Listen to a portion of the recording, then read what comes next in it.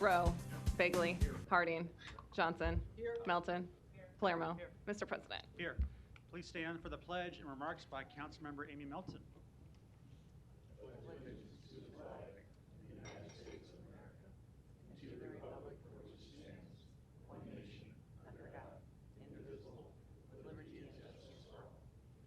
Oh, everybody have a seat. I just want to take this opportunity that today is Mayor Stothard's birthday. So we can all wish Mayor Jean Stothard a very happy birthday today. And as you know, she's a former nurse, trauma nurse. And February is also the American Heart Association month. So I just want to remind everybody, you know, take the steps instead of the elevator. If you have your chance, get your steps in.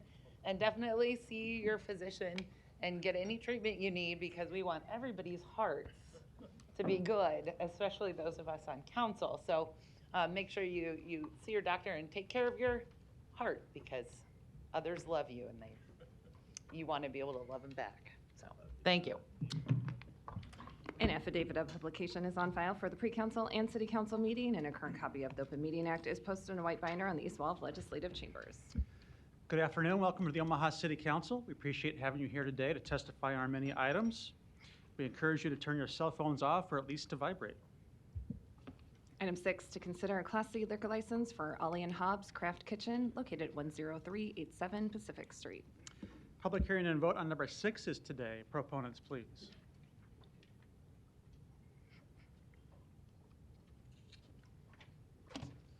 Good afternoon, Council. I'm Jason Kaur. I'm here representing ONH OPP LLC in regards to the license, so hopefully I can answer any questions you have. Thank you. And your address, please? My personal address, 2132 South 181st Circle here in Omaha, 68130. Thanks. Any other proponents on number 6? Seeing none, any opponents? Public hearing's closed. Motion and a second. Roll call. Rowe, Bagley, Harding, Johnson, Melton, Palermo. Mr. President. Yes. Motion passed 7-0. Thanks. Thank you, Council. Item 7, to consider a Class C liquor license for the Drinkaway Lounge located at 5434 South 99th Street. Public hearing and vote on number 7 is today. We have the proponent by Zoom, Mr. Kelly. We'll get you off mute here in a second. Here you go. Mr. President, members of the council, Mike Kelly, 2804 South 87th Avenue. Appearing on behalf of the applicant. This is an old location that's being taken over by new management, and we're here for any questions you might have. Great. Thank you. Any other proponents today? Seeing none, any opponents? Public hearing's closed. Motion and a second. Roll call. Rowe, Bagley, Harding, Johnson, Melton, Palermo. Mr. President. Yes. Motion passed 7-0. Thanks. Item 8, to consider a Class D liquor license for Express Food Mart located at 7530 Pacific Street. Public hearing and vote on number 8 is today. Proponents, please. Good afternoon, councils. Rajiv Arora, my name is, and 15961 S Street, and I'm here, Vice President of Expressway Food Mart. I'm here for answer any questions if you have them for our license. So, Great. Thank you. Any other proponents today? Seeing none, any opponents? Public hearing's closed. Motion and a second. Roll call. Rowe, Bagley, Harding, Johnson, Melton, Palermo. Mr. President. Yes. Motion passed 7-0. Item 9, a resolution to approve a revised preliminary plat for UNMC Saddle Creek campus located southwest of Farnham Street and Saddle Creek Road. Planning Board and Planning Department recommend approval. Public hearing and vote on number 9 is today. Proponents, please. Yes, Mr. President, members of the council, Larry Jobin, 11440 West Center Road, appearing on behalf of UNMC. I'll be pretty brief unless you guys all have any questions. This is what you have before you today is just a revised preliminary plat, and the primary purpose of the revised preliminary plat is just to incorporate some additional land that was purchased by UNMC here, which is the former KPTM property, and then also to take these two, used to be one lot in the original preliminary plat, and now it's creating two lots at this location. And they're also continuing to work with First American National Bank and also Metro Credit Union in this general location here. So eventually, this plat will probably include those as well. So there might be another revised preliminary plat down the road. And then also, it was to address 46th and Farnham Street and the four-way signalized intersection versus the roundabout. So that's really the main purposes of the revised preliminary plat. And other than those differences, it's pretty consistent with the original preliminary plat that was approved by the council some time ago. So with that, happy to answer any questions. Also with me today is Ryan Lawson of UNMC and Luke Weatherly of Olson, the consulting engineers on this particular project. So if you have any questions, they're here as well. Thank you. Thank you. Any other proponents today? Seeing none, any opponents? Public hearing's closed. Mr. Bagley, you're recognized. Thanks, Mr. President. Larry will get you some steps in. Since Councilmember Melton said we're going to work on our hearts, get you a little run in here. One question for you, just to verify, 46 in Farnham, there is not going to be a roundabout there. That's correct. I have a site plan. I can show you that intersection is revised, and this was in working with the Public Works Department and UNMC. But you can see this is 46th and Farnham Street. It's now currently shown as a four-way stop here on this particular site plan. Thank you. Thank you. I had one question, a follow-up to that too, Larry. And this may be for Public Works as well. So you said a four-way stop, or is it signalized? It's signalized four-way stop. Okay. And then for maybe Mr. Stube, so that was a misnomer in some meetings Mr. Bagley and I had recently, that there was going to be further roundabouts suggested to the east, I think at this intersection and potentially at the Saddle Creek intersection, but that's not the case, right? Bob Stube, Public Works.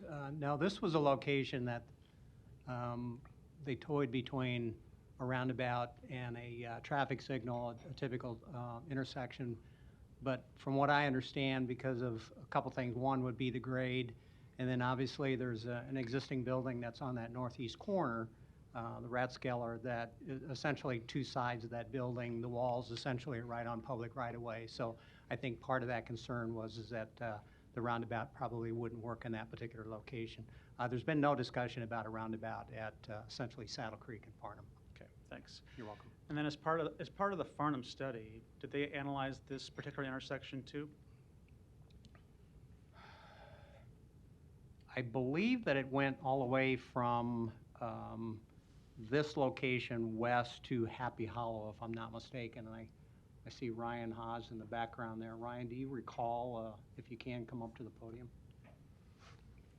Luke Weatherly somebody may, else here. yeah, he also may have that information as well. So we have everyone here. Thanks, Ryan. Ryan Haas at Public Works. I did not personally review the Farnham corridor study. However, we did make sure that the Olson team and the Farnham study, that there was close coordination and exchange of information, so they would have accounted for the results and outcomes of each other's studies. Okay. And kind of where I'm going with that question is, so, and I think you started to address it, Mr. Stube, why are roundabouts proposed for the intersections further west, if not this intersection? So it's kind of two separate things. And again, I personally wasn't involved in the review of the Farnham corridor study. At this location, we had the Olson team analyze both scenarios because at the time we didn't have a final recommendation from the Farnham corridor study. So the question here was simply a matter of what is the ideal traffic control for this intersection. In the scenario where Farnham remains one way during peak hours, a roundabout doesn't work here. But traffic signals do. So we had to use those different potential situations and analyze each of them because the question wasn't answered yet to the west. As I understand it, with the Farnham study at 50th and 52nd, those were separate analyses that were done. And without turn lanes, the big difference here is that we have left turn lanes in the east and west directions for Farnham Street, which we don't currently have at 50th and 52nd, and that's my understanding, is that without those turn lanes, we need different traffic control there. Okay, I see. So in this scenario at 46th, this assumption is you're adding the turn lanes, which was not the favored option further west, that would require a fair amount of land to be acquired for turn lanes, which would have allowed for something other than a roundabout. Correct. Is that accurate to say? Yeah. Okay. And this intersection works the way you proposed it if it does move to two-way all day? Can you say that again? As proposed here, since your comment was this was done prior to the two-way all day on Farnham being analyzed, what you're proposing here still does work with the two-way all day? Yeah, the traffic signals work in either Potential. scenario. Yep. Okay, gotcha. And then Larry, just one last question for you too. We had the Med Center representatives here giving council members an update this morning. Can you show me on that map right there where the intention is for the new development that would be where the old steel castings was, and then secondly, where the proposed new administration building would be? Excuse me, I believe this is the former steel site, and then this is where the new administration building would be at that location. Okay. And then further east is where the sort of mixed-use development's happening? Further east is more of that TOD transit corridor and those types of uses that would probably be consistent with mixed-use type development, yes. Okay, gotcha. Mr. Bagley, you're recognized. Thanks, Mr. President. Couple other questions, Larry, that come to mind. In reviewing the plans that you have here, can you clarify, so when you come south on 46 into there, coming down, you can't exit or enter at Leavenworth, is that correct? Right now, I believe you can enter, so it would be a right-in only, and but a right-in only. You can't exit, I believe, from, yeah, you know what? I'll let the engineers talk about the access on the south, because I know it's changed a couple different times, so go ahead. Thanks. Luke Weatherly with Olson representing UNMC on this project, 2111 South 67th Street. I believe the question was in regards to access down on Saddle Creek and Leavenworth, correct? Correct. Right now, there's a full movement access down there. It's kind of discombobulated with a break in the median, where if you're going eastbound on Leavenworth, you can turn north onto 48th Street. Right. That median is proposed to be extended with this, shutting off that northbound access to that intersection of 48th Street, that is, and that would be a one-way street going to the north. So if you're heading westbound on Leavenworth Street, you could more or less slip lane into the development from the south side there, and that would provide southbound access for traffic that is westbound on Leavenworth Street. That makes sense. You can go north off Leavenworth to go on 48th Street, Correct. but you can't come south there under this, correct? Correct. Okay. In 46th Street, 46 it comes down across from Ratskelter. Is that just an enter and exit only? So it's a dead end basically. You go in, you can go to the buildings, but you have to come back out on Farnham Street, correct?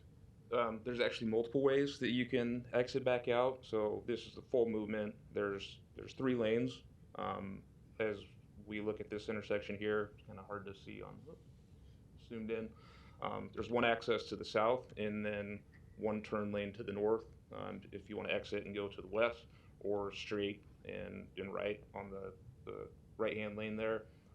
This access will also be constructed in the future of Emily Street that connects down to Saddle Creek, and that'll be a full movement intersection. And then you can continue down to the south of the development to a right-in, right-out at this intersection at Jones Street. Okay, but at Leavenworth Street, you won't be able to exit, is that correct? As I'm looking at that, right there. Correct. You will be able to access Leavenworth Street by coming to the south and then going either east or west on Leavenworth at Saddle Creek and Leavenworth. Okay, thanks for clearing that up for me. Okay. Thanks. Thank you. No further lights. Is there a motion? Motion approved. Motion and a second. Roll call. Rowe. Yes. Bagley. Aye. Harding. Johnson. Melton. Palermo. Mr. President. Yes. Motion passed 7-0. Item 10, a resolution to approve the preliminary plat for Magnolia Trails located southeast of 216th and 4th Streets. Planning Board and Planning Department recommend approval. Public hearing and vote on number 10 is today. Proponents, please. Thank you, Mr. President. Brett Beller, 11440 West Center Road. On behalf of the applicant Falcone Land Development, with me today is Jeff Elliott, our project engineer. Now we are going way out to West Omaha. So we are basically at the border of where we can develop as far as going west out in West Omaha. This is 216th Street. If you've ever been out here, Mount Michael is kind of up over here. But Falcone Land Development has basically done, I don't know, 700 single-family residential lots in this area over the last, let's call it 5 years. This is a piece of ground, 90 acres, that's owned by the Gotch family. Pretty standard development, other than the fact that the NRD has acquired a good amount of ground out here for Dam Site 12. And so our coordination with them, along with Douglas County, and the various other SIDs that are out here, are really the only difficult part from a land development standpoint. The other piece of mind in this, for any of you that were at Planning Board, this is the preliminary plat that we're asking you to approve. But the one touch point is this piece of ground right here is owned by the Rees family. I'm not sure I saw them here today, but we're having a discussion with them, and I might zoom in just a little bit, because as you can see, there is this Sunburst Drive is what we're calling that. That actually is their property. And so there was a healthy conversation with them at planning about where this intersection would be, and that's really based on the fact that there is an existing culvert right here on their property that we wanted to avoid. It's costly, but in a meeting with the NRD and the county, we actually might be able to get that road down here to the half-mile movement, which is traditionally where we want these intersections to be, which would put this more on our property and theirs half and half. So that's not final. One of the conditions of our preliminary plat is to coordinate with them, the NRD and the county, before we can come before you with our final plat, which we will do. But otherwise, this comes before you with the planning department's recommendation, and we're here for any questions. Thank you. Thank you. Any other proponents today? Seeing none, any opponents?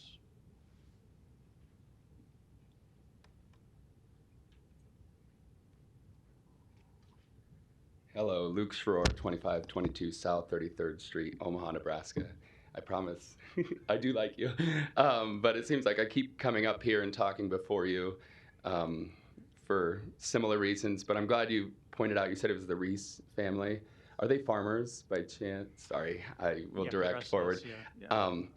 I did grab my random hat, and it just happened to be my family farm today. And I guess if my family farm was being developed for a city, which it's very far from any city, I would want it to be the most efficient use of the land possible. And I don't see single-family dwelling in this spaghetti noodle suburban sprawl that's all around over there. If you zoom out on a map, it is all over. I think he said 750 similar land plots have been developed in the last 5 years. Forgive me if that's the wrong number, but as I was listening, I would like to see potential breaks in the lots to allow for pedestrian use. I know you don't want all the streets to connect to prevent pass-through driving through all the neighborhoods, but it would be nice to at least see breaks in there for right-of-way for pedestrian and bicycle activity if somebody does want to cross specifically the streets like Grand Avenue and Larimore Avenue. There's a big block where if you were trying to go north, I think, or south, you'd have to go and make a long trip out of your way. Another one I noticed was Street D going north. There's long block lengths. So if somebody were to try to walk over to a friend's house or get to another part within that development, you would have to walk out of your way and go the long way around. So just going forward, making conscious efforts to make sure that pedestrians still have that direct line of path and shorter paths. I would like to, or have you guys ask, what is the frequency of transportation going to be in this neighborhood, public transportation? How much asphalt or concrete maintenance does this add to the city budget for like snow removal, trash, things like that? Then does this justify the continued inefficient zoning that we're doing out west? So that's all I had for today. So thank you much. Thank you. Any other opponents to number 10? Seeing none, public hearings closed. Mr. Harding, you're recognized. I was just going to offer Mr. Beller an opportunity to respond to some of that, and And maybe point out that this is an SID. Brent Beller, 1140 West Center Road. I don't take it personally. Good questions. So this is an SID. Obviously, it's outside the city limits of the city of Omaha, so there is no mass transit, public transportation that comes out here. It's a great concept. I wish our legislature would do more of that because we would support it. It would help for affordable housing and all that sort of stuff that we all talk about. This is our preliminary plat. When we submit a preliminary plat, there's also a parks plan that we follow. The city of Omaha obviously has the master parks plan, which we follow. Also, as part of this, there is a public trail component to this. Actually, so with Dam Site 12, which is up here to our north, riddled throughout our development will be trails that are walkable, bicycle, that connect to that dam site. Frankly, this development is taking advantage of that Dam Site 12. This will be a great public amenity that folks will enjoy. So when we do these developments, while we don't show all that sort of level of detail in these preliminary plats, part of our submittal has the trails plan, how we space out trails and all the parks and all that sort of good stuff that our planning department takes care of and makes sure as we sort of add to our development. So I think I caught all those questions, but if I didn't, let me know. I think there's one other Mr. Shore brought up about the roads. Might explain how those are paid for. So yes, there's no asphalt. These are all brand new roads constructed pursuant to the city standards, Public Works. Our SID and the folks that live in our little SID, they're no different than you all. They are a council and they approve all these public expenditures. But the tax base of the SID pays for those roads. Okay, residents of the city of Omaha do not pay for that. Thank you. Thank you. No further lights. Is there a motion? Motion and a second. Roll call. Rowe. Bagley. Harding. Johnson. Melton. Palermo. Mr. President. Yes. Motion passed 7-0. Items 11 and 12 can be considered together for State and Highway 133 addition located northwest of State Street and Blair High Road. Planning Board and Planning Department recommend approval. Item 11, a resolution to approve the preliminary plat. Item 12, a resolution to approve a waiver to the present development zone boundary of the urban development element of the city's master plan. Public hearing and vote on number 11 and 12 is today. Proponents, please. Seeing none, any opponents? Public hearing is closed. Motion and a second. Roll call. Rowe. Bagley. Harding. Johnson. Melton. Palermo. Mr. President. Yes. Motion passed 7-0. Items 13 through 17 can be considered together for Blue Stem Meadows located northwest of 180th and Blondo Streets. Planning Board and Planning Department recommend approval. Items 13 and 14, ordinances to rezone this property from AG District to DR District and MU District. Item 15, an ordinance to approve a mixed-use district development agreement. Item 16, a resolution to approve the final plat. Item 17, a resolution to approve the subdivision agreement. Public hearing and vote on items 13 through 17 are today. Proponents, please. Yes, Mr. President, members of the council, Larry Jobin, 11440 West Center Road, appearing on behalf of the applicant and the developer. With me today, with the applicant is Patrick Mulhall, and also with me today is Kyle Bull of E&A Consulting, the consulting engineers on this particular project. This is the second phase of Blue Stem Meadows. Let's zoom out a little bit. So this is about 22.5 acres. It's located at the northwest corner of 180th Street and Blondo. And so this is the mixed-use portion of the development, and this particular intersection at 180th and Blondo is a 10-acre convenience mixed-use center. So this particular proposal with respect to the plat as well as the rezoning to mixed use is consistent with the comprehensive development plan. We're showing 202 apartment units at this location on that lot, and then we're showing 48 apartment units on this lot for a total of 250 units. And then, of course, you have the traditional mixed-use type uses, which are the C-store, multi-tenant building here at this location. And then, of course, we have our 10% office space requirement at this. Then there's the detention basins and green areas, and of course the green corner. So with that, I am happy to answer any questions that you might have regarding this proposal. Thanks. And sorry for the whispering there. We're trying to figure out what the interference there is on the microphone, but we'll see if we can figure it out. Are there any other proponents on these items? Seeing none, any opponents? Public hearing's closed. There's a motion and a second. Roll call. Rowe. Bagley. Harding. Johnson. Melton. Palermo. Mr. President. Yes. Motion passed 7-0. Item 18, a resolution to approve a major amendment to the large project special use permit in the GI district for properties located on South 85th Circle and South 86th Circle. Planning Board and Planning Department recommend approval. Public hearing and vote on number 18 is today. We have the proponent by Zoom, Mr. Burgard. We'll get you off here in a second. Okay, try that. Hey, good afternoon, council members. My name is Eric Regard, like stated. I'm with Kimley Horn, the engineering consultant. Our address is 767 Eustis Street, St. Paul, Minnesota. I'm here on behalf of the applicant. Happy to answer any questions. Great, thank you. Any other proponents today? Seeing none, any opponents? Public hearing's closed. Motion to approve in a second. Roll call. Rowe. Bagley. Harding. Johnson. Melton. Palermo. Mr. President. Yes. Motion passed 7-0. Thank you. Thank you. Consent agenda. Any member of the city council may cause any item placed on the consent agenda to be removed. Items removed from the consent agenda shall be taken up by the city council immediately following the consent agenda in the order in which they were removed, unless otherwise provided by the city council rules of order. The public hearings on agenda items 19 through 23 were held on January 31st. There's a motion and a second. No further lights. Roll call. Rowe. Bagley. Harding. Johnson. Melton. Palermo. Mr. President. Yes. Motion passed 7-0. So we do have a few changes to the consent portion of the agenda, so I'm going to do this slowly. The items that will be removed from the consent agenda are number 24, 29, 37, 38, 39, and 46 and 47. So first we'll do the items that are on consent agenda. So the public hearings on agenda items number 25 through 28, 30 through 36, and 40 through 45 are now.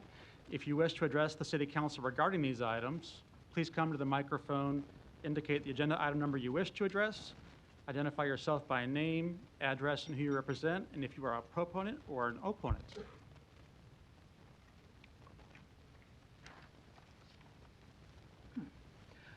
Cheryl Weston, 1811 Emmett Street, Omaha, Nebraska. I am a proponent of item number 34. I do support that the property be sold to Annanetta Green Taylor for 2512 North 22nd Street. The problem I have with it, and I want it to be on record, that you are charging the property owner $1,200. The Taylors have had that small piece of property, and they have taken care of it for 16 years. They never had the city have to come and shovel the snow, cut the grass, or anything. And many times you said in the city council, city planning department, you sell these properties to others for $1,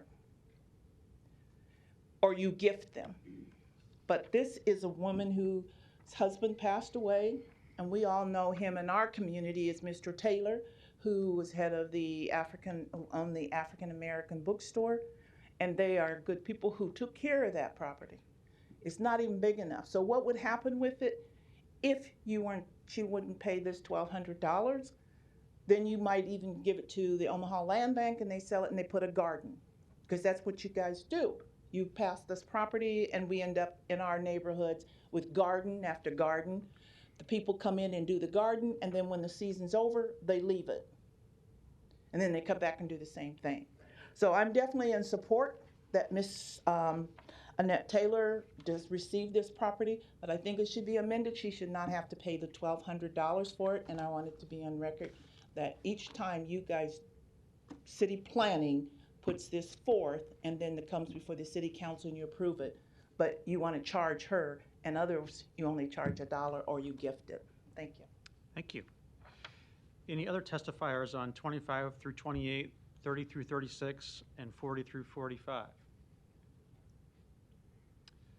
If not, public hearing is closed. Ms. Johnson, you're recognized. Thank you, Mr. President. I would like someone to explain the amount, or how did we come about with this $1,200 cost? And I too agree that the family has been very active in the community, A, and B, they have taken care of those grounds for a very long time in terms of keeping the snow removed and whatever to keep the property kept up. So I'm looking for an answer to Ms. Weston's question regarding that. Thank you. Sure, I'll do my best, and if Kelly wants to jump in, she can. Dave Fanslow, City Planning. We are required by city code to sell property at the appraised value, and this property appraised at $1,200, so that's the asking price. And on, you mentioned city code, can you refer to the language where I can go and get that information? I don't have that in front of me, but I will share it with you after this meeting. So there is no, based upon the knowledge that you have, there is no wiggle room to adjust this price? Not in my opinion, no. So please explain how others are able to do $1. So if it's in a redevelopment area and they are going to do something on the property that is in conformance with that redevelopment plan or something for the community, lack of a better term in the area, we can dispose of the property for $1 less than appraised value. But in this case, it's going to be privately owned for private use. So we're bound to sell it at appraised value. So in the case that there is a redevelopment, you do have the leeway to sell the property for $1? We do have, yes, we do. And since there is no redevelopment plan here at this location, we have to abide by the other city code? Correct. Okay. Thank you. Thank you. You're welcome. No further lights. Is there a motion on these items? Move to approve 25 through 28, 30 through 36. There's a motion and a second. Roll call. Rowe. Bagley. Harding. Johnson. Melton. Palermo. Mr. President. Yes. Motion passed 7-0. Thanks. Item 24, resolution to approve facility relocation expenses to Omaha Public Power District for the North Downtown Riverfront Pedestrian Connector Bridge Project. Public hearing on number 24 is today. Proponents, please.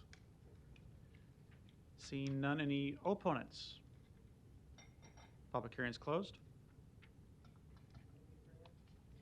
Motion and a second. Roll call. Rowe. Bagley. Harding. Johnson. Melton. Palermo. Mr. President. Yes. Motion passed 6-0. Bagley abstains. Item 29, a resolution to approve the contract with Hawkins Construction Company for the Papillion Creek WRRF Biosolids and Energy Improvements 2022 project. A's communication from the Public Works Department. Public hearing on number 29 is today. Proponents, please. Jim Tyler, City of Omaha Public Works Assistant Director. I'm here to say a few notes and to answer any questions that the council may have. And there was an attachment provided to everyone as part of the council documents. A few notes. This project was originally bid in September of 2022. We received a single bid of well over the engineer's estimate. We rejected that. And we went back to the table with the engineers, our designer HDR, and got input from the contractors to rebid the project with more favorable terms, but yet still meeting the intent of the project. We were able to get a revised bid package that included a number of bid alternatives, and we accepted a bid that included a final price of $120 million change, much closer to our original estimate of $119 million. This project was identified in the City of Omaha's wastewater master plan that was completed in 2020 by HDR as an early action project that needed to happen. This project is piggybacks over a project you recently awarded where we have under construction right now a project down at our Papillion Creek wastewater treatment plant where we're taking gas methane gas, injecting it into the pipeline and getting revenue off that. And that's under construction right now. We hope to start receiving revenue from that in about 2024. This project itself, a digester's like the stomach of our wastewater treatment plant. It treats the solids and produces a lot of gas. And we're going to increase that capacity to keep up with ongoing development that's occurring in the metro area. We're going to do a better job of capturing that gas that's created as part of this digester project with some engine generators we're going to add as part of this project. And overall, it's going to add to our ability to keep up with the growing metro area and take advantage of that source of revenue that we're going to have when we're able to inject the gas into the pipeline. With that, I'm able to answer any questions you may have. $120 million stomach, huh? $120 million stomach, yes. All right, thank you. Any other proponents today on number 29? Seeing none, any opponents? Public hearing is closed. Mr. Harding, you're recognized. Thank you, Mr. President. Jim, the reason I had asked this to be pulled off the agenda, I think you hit kind of the three main points that I was hoping to talk about. One was the ability to value engineer this while maintaining the integrity of the process or the end product, which will be done. The second was that the processing of the solid waste to have a usable fertilizer at the end of the day too. I'm going through your memo too, points 5 and 6 especially. And then the not only the additional gas that's created by it, instead of putting it just out into the atmosphere, we're capturing that, not only capturing it, but also being able to use that as a revenue source. That's right. We'll better capture it, not just a revenue source. We'll also be decreasing our overall expenditures as well as what we're going to have to pay OPPD and MUD in the long term. That gas capture will also be used to generate more of our own power internally. So it's really a great project. We have to do the digester project just to keep up with development down at that treatment plant.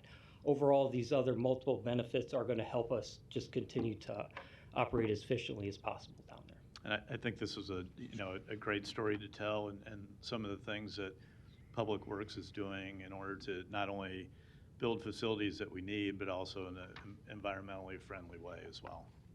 That's what we've been doing for years. Yep, thank you. Thank you. No further lights. Is there a motion? Motion and a second. Roll call. Rowe. Bagley. Harding. Johnson. Melton. Palermo. Mr. President. Yes. Motion passed 7-0. Item 37, a resolution to approve the grant agreement to provide funding in the amount of $35,000 for the rehab and lead reduction work to the property located at 4339 Larimore Avenue. Public hearing on number 37 is today. Proponents, please. Seeing none, any opponents? Public hearing is closed. Ms. Johnson, you're recognized. Thank you, Mr. President. I'm looking for additional information as it relates to the process in which the choice of McQuaid, the process of Aztec contracting was selected. So anyone that can speak to that would be, if they could be available for questioning.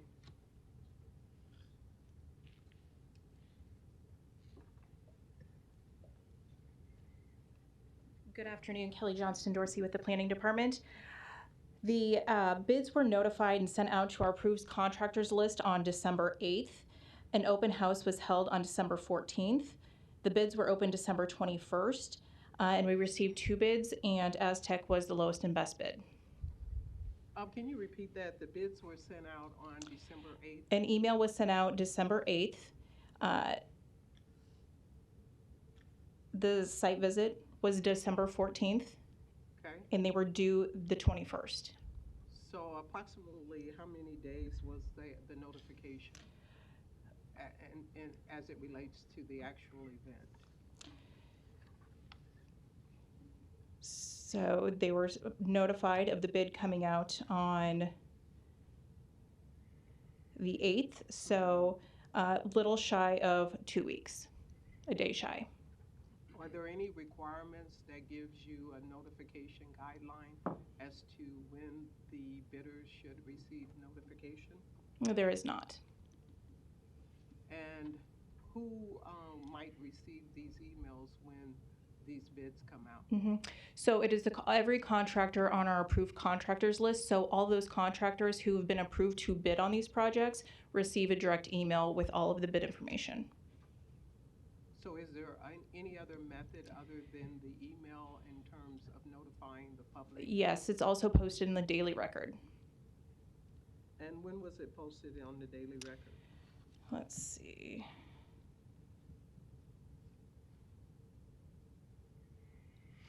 Does Jeff know? Oh, but bid notice was posted in the Daily Record on December 9th. And how many bids did you receive? 2. And do we have a inclusion plan for the Aztec contracting? If you're referring to the economic inclusion plan, then it is not required of this contractor. And why is that? Because it is a $35,000 contract. Okay.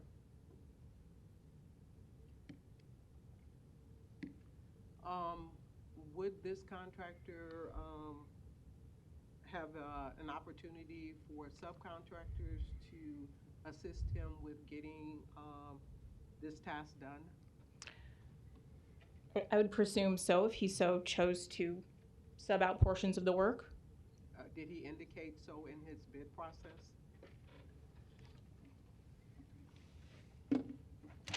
My name is Louis Wright, City Planning Department, 1819 Fordham Street. When this particular contractor is in Latino contractor and his employment base is very diverse. He does do a lot of work for us, and he has successfully been awarded contracts based on his best bid and the work that he subs out. He does have a diverse workforce.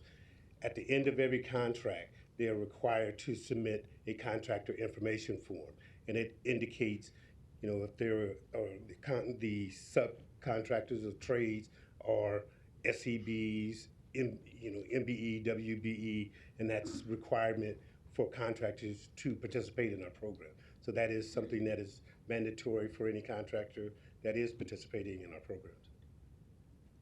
So at the end of this project, how might I get a copy of the in conclusion in terms of identifying who were successful in being subcontractors? Okay, and I think Kelly had indicated that the EIC wasn't a requirement of this, but at the end of the project, when we're closing out the project itself, once we receive that information from the general contractor, and that's what I'm referencing about the contractor information form, to indicate the trades and subs that have worked on the project, we certainly can make that available. Yeah, can we make that available? I mean, it's a public document that. No, I'm asking if Kelly or someone in city planning, when this project is done, that I be given the documentation regarding if there were any subcontracting work given in this situation. It very well could be made available. Okay.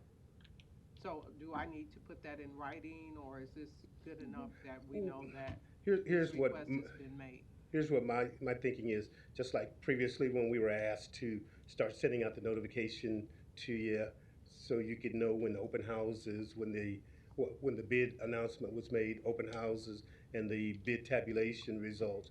I'm very certain that we could be able to make this as another one of our procedures to be put in place.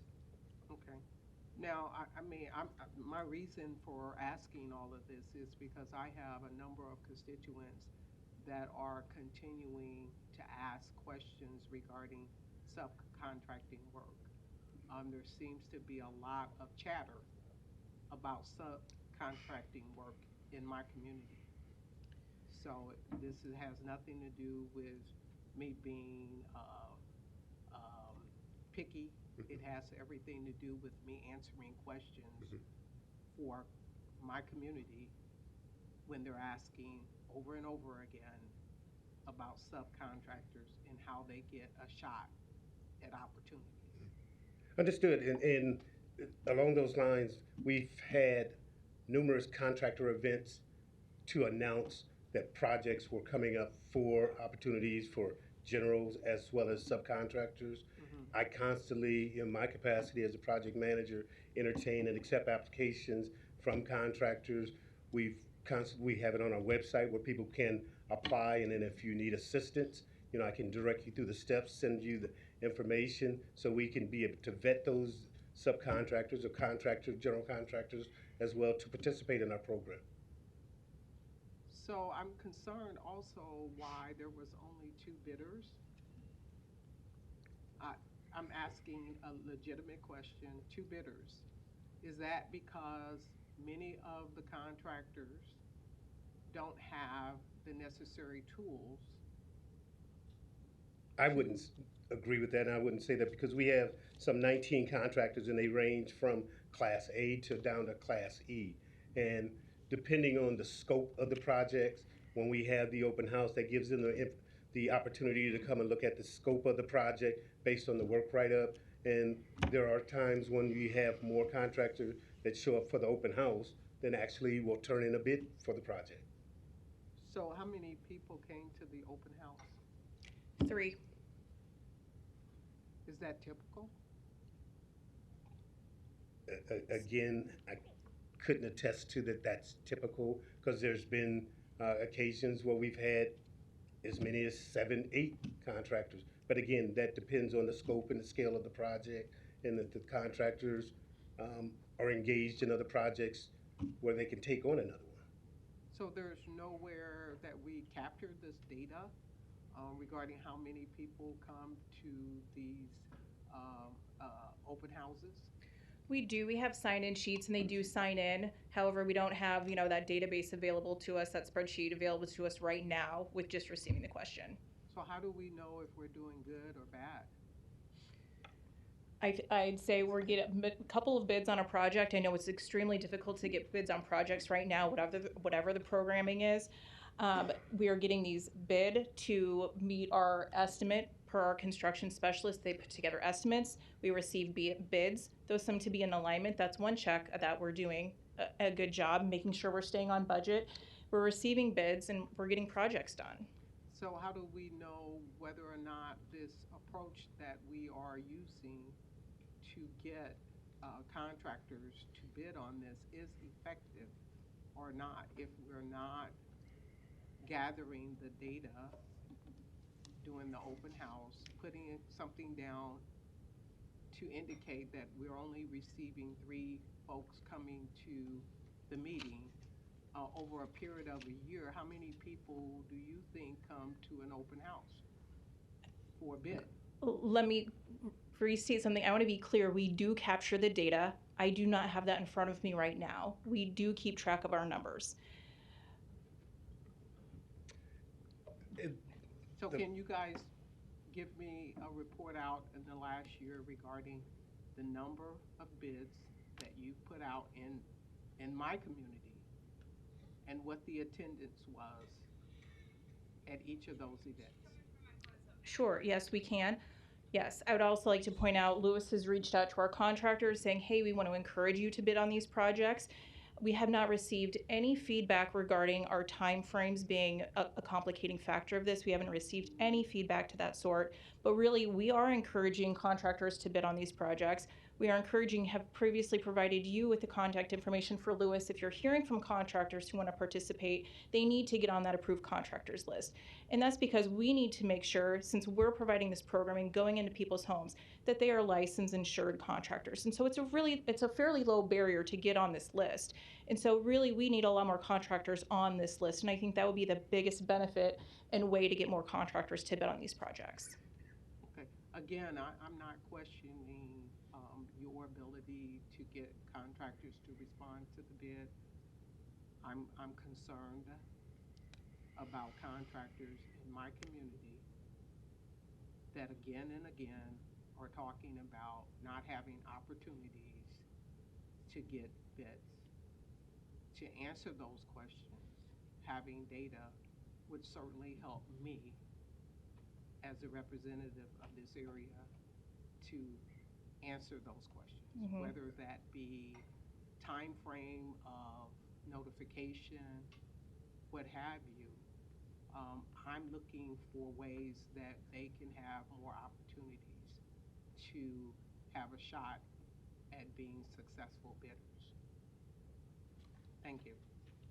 Thank you. Mr. Rowe, you're recognized. Thank you. I'd like to speak a little bit to the lead-based paint issue. I think that's what this is about, really. It's a lead-based, there's lead-based paint on that property that's going to be abated, right? There are interim controls that we can be able to assert when the write-up is put out for the contractors to bid, to make sure that they're not disturbing, or there's techniques that have to be described as to how the general contractor or his workers are to handle, dissipating any opportunities for lead contamination. Okay, so do we require a lead-based paint contractor, a registered? The majority of our contractor? contractors that are in our base, we do have certification that they have completed lead training, as well as they'll give us their certificates. And in addition to that, again, making sure that we are our project manager, project manager, construction specialist, when he's listing out the techniques to make sure that this is also adhered to. So we have an inspector that goes out to hold them accountable to how they're handling the lead-based properties? The project specialist that puts this out to bid, he's actually there reviewing each of the sites daily. Okay. And the reason I ask is we just received some federal funding for dealing with properties that have lead-based paint. So many houses that were built prior to 1978 have lead-based paint, and it's critical to childhood development. There's a lot of issues that go with it. And it's not an easy certification to get. I mean, it's a complicated, it's a detailed certification. And that might speak to one of the reasons that you have so few bidders. A lot of bidders, I mean, in my line of work, they just refuse to bid on projects that were built prior to 1978 because they don't have the certification, and the fines from the EPA, if they're caught working on these projects and not adhering to the standards, are considerable, so they just refuse to bid. And again, we're always entertaining, the opportunity for contractors who are interested in our program. When they submit their application, they have to indicate what type of certifications they have as well. Okay, appreciate that. I just know there's going to be a lot more of these projects coming forward, and they need to be coming forward, but they need to be properly vetted and held accountable to how they get that work done. So, thank you. Thank you. No further lights. Is there a motion on number 37? Motion and a second. Roll call. Rowe. Bagley. Harding. Johnson. Melton. Palermo. Mr. President. Yes. Motion passed 7-0.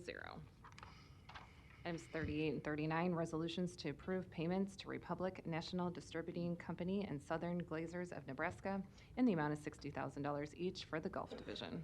Public hearings on number 38 and 39 are today. Proponents, please. Mr. President, members of the council, Matt Kalsovich, Parks and Recreation Director.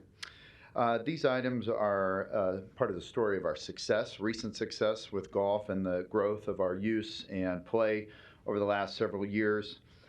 This will be year 13 of offering this expanded service through our golf courses, the 18-hole golf courses.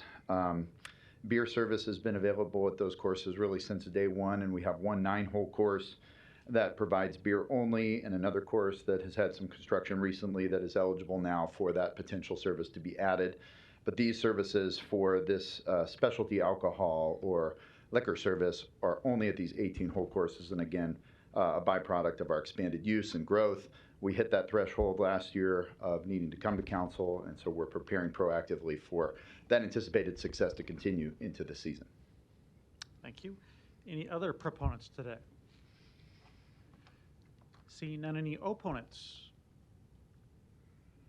Public hearing's closed. Ms. Johnson, you're recognized. Thank you, Mr. President. Matt, thank you for bringing that information to us today. I was primarily asking that question so that I can, again, educate community as to how this comes about. I did receive a couple phone calls questioning why the city was buying alcohol, and so I wanted to speak to that. Thank you. My pleasure. Thank you. No further lights. Is there a motion? Motion and a second. Roll call. Rowe. Yes. Bagley. Aye. Harding. Yes. Johnson. Yes. Melton. Palermo. Mr. President. Yes. Motion passed 7-0. Item 46, a resolution to approve the agreement with Midwest Storage Solutions, Inc. for moving services needed for the Omaha Public Library. And item 47, a resolution to approve the agreement with AOI for furniture at the Omaha Public Library. There's been a request to lay both these items over for 1 week. We'll take proponents if you want to speak to that. Yes. Jacqueline Morrison, City of Omaha Mayor's Office. I am asking that we lay these items over till next week for February 14th City Council meeting. The reason for which is in accordance with Human Rights and Relations policy, there needed to be a CC1 form on file for both of these particular vendors. At the current time, there is a CC1 on file. However, in an abundance of caution, I would like to have the opportunity to amend the cover sheet to show that that's been signed off on and that it's been received. And so I'm asking for an opportunity to amend that cover letter next week and bring it before you at that time. I think that's what should happen today as well. But since we have the floor, we will offer other proponents if they're here on these 2 items. If not, any opponents on these items? Seeing none, we'll continue public hearing if there's a motion to lay over for 1 week. Motion to approve. For lay over 1 week? 1 week, yeah. Motion to approve to lay over for 1 week, being February 27th. Is that what you said? 14th. I'll second that. Both. We can do both, I think. Yeah. So a motion and a second to lay over for 1 week on 46 and 47. Oh, Mr. Palermo, would you light on? Mr. President, and I won't have a problem laying it over. I just wanted to point out that this will be the first time we voted on something for 1401 Jones, the moving of the library.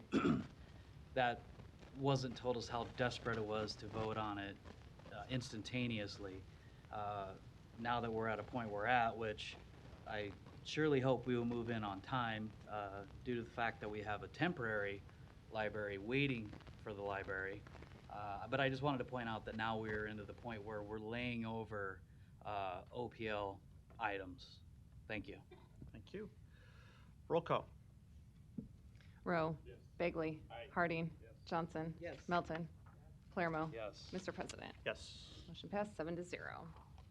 Item 48, an ordinance to approve a memorandum of understanding with the Omaha Police Officers Association. There's been a request by the applicant in the city to place this item on file. Motion and a second. Roll call. Rowe. Bagley. Harding. Johnson. Yes. Melton. Palermo. Yes. Mr. President. Yes. Motion passed 7-0. Item 49, an ordinance to approve an agreement with OPS for 11 Associate School Resource Officers for the 2022-2023 school year. Public hearing on number 49 is today. Proponents, please. Seeing none, any opponents? Public hearing is closed. Item 50, an ordinance to accept and approve the Joint Law Enforcement Operations Task Force Grant Award in the amount of $87,953.62 to be utilized by the Omaha Police Department. Public hearing on number 50 is today. Proponents, please. Seeing none, any opponents? Public hearing is closed. Item 51, an ordinance to approve a settlement agreement with Saul's Jewelry and Loan, Inc. and Nodo Lots, LLC in the amount of $10,564,178.33. Public hearing on number 51 is today. Proponents, please. Seeing none, any opponents? Public hearing is closed. Non-action items, items 52 through 74, do not require public hearing or city council consideration at this meeting, but will be placed on a future agenda for public hearing and/or vote. The reason for non-action is noted after the item on the agenda, as well as the date the item is expected to appear on the agenda for consideration. Second, roll call. Rowe. Bagley. Harding. Johnson. Melton. Palermo. Mr. President. Yes. Motion passed 7-0. Meeting is adjourned at 2:59.